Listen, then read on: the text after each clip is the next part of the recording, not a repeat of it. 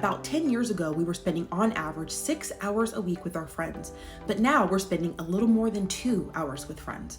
And what are we doing with all that extra time? We're spending it alone. How exactly are you supposed to make new friends as an adult? I'm Danielle Bayard Jackson, a friendship coach and educator, and I am here to help you through it.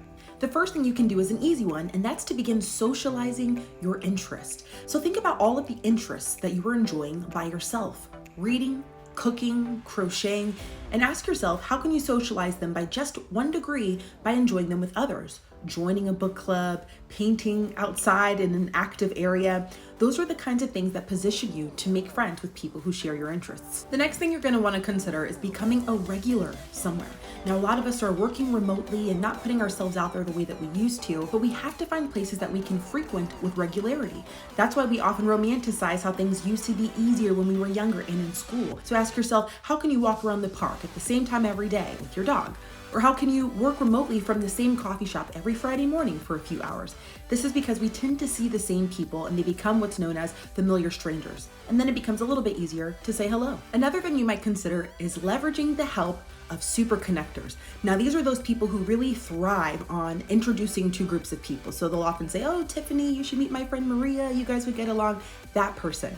You're going to reach out to that person, whether you're close to them or not, and you're going to let them know your need.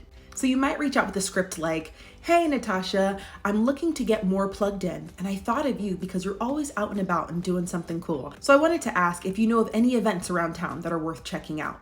The average person's going to be flattered that you thought of them and eager to share their intel. And the last thing I'm going to encourage you to do is try talking to strangers. And I know that sounds really strange, and I don't mean go flag down a random person on the street, but do you recognize how many times we're sharing space with people we don't know for an extended period of time?